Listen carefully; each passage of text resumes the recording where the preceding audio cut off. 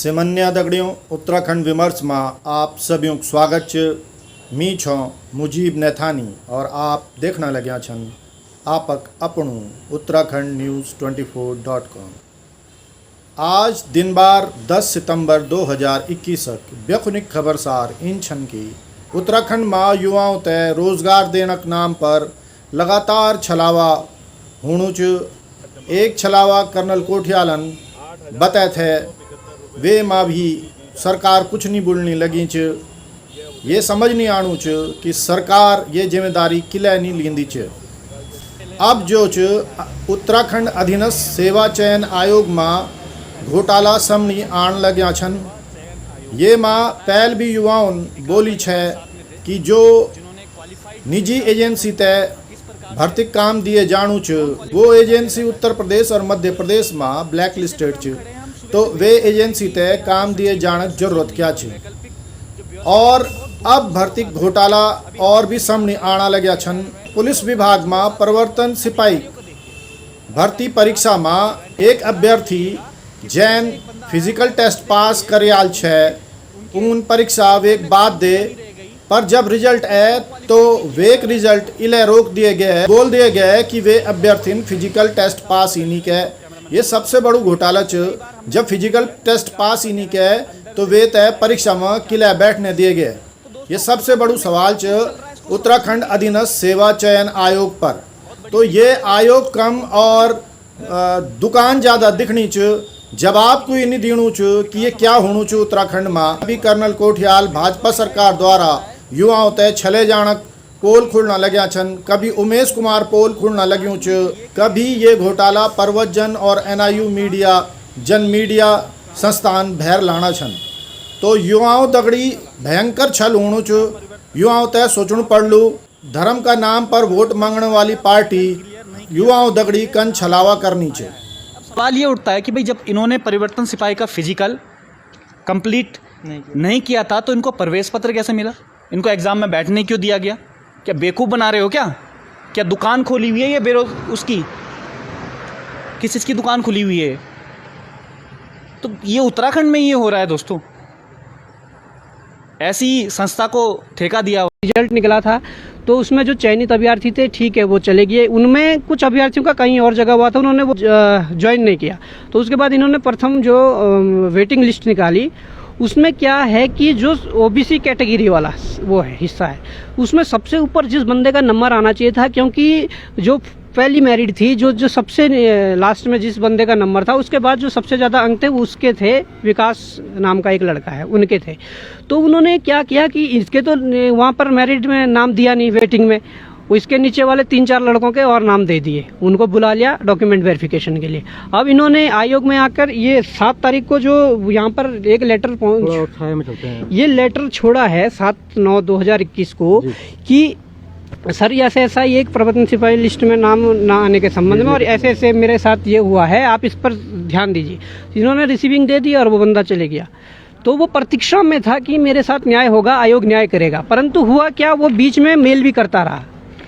Mail करता रहा। Mail में क्या जवाब मिलता है, उसने कहा महोदय मेरा परिवर्तन सिपाही इतने 74.25 OBC नंबर है, मेरा नाम लिस्ट में नहीं आया, आप मेल का जवाब दीजिए। और भी कुछ था वो मेल में है, ये प्रिंट आउट में इतना ही निकला है।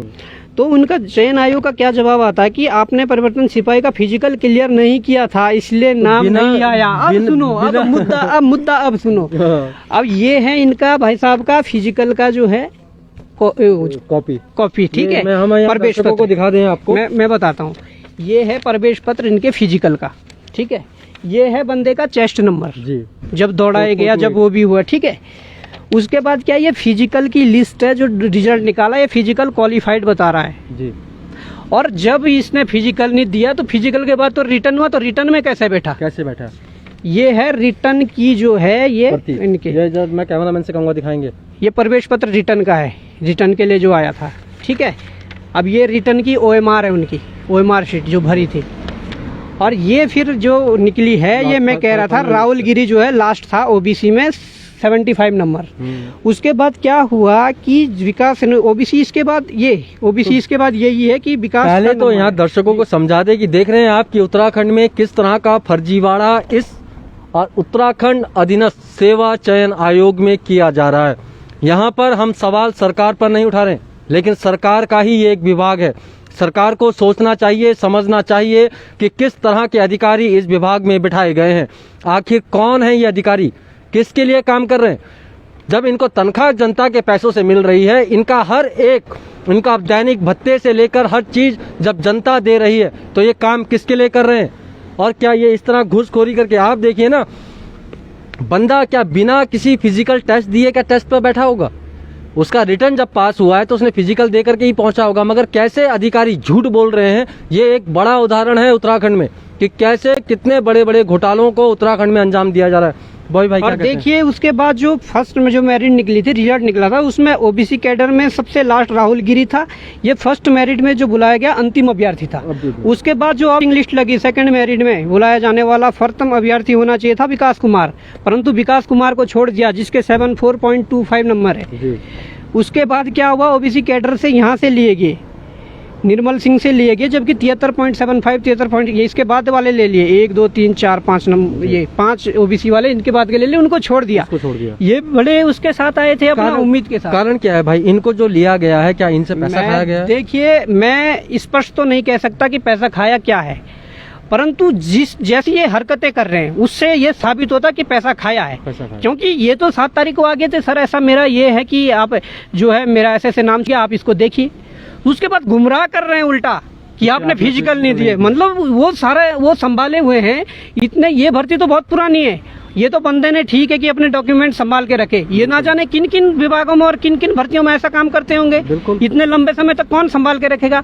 17-18 की भर्ती है, उसके बाद अब फाइनल हो रही है। तो आज जो सोड़ा सरोली में भी भारी भयंकर मलबा आ गए, जैसे देहरादून और जौलीग्रांट तक रास्ता बंद हुए गए।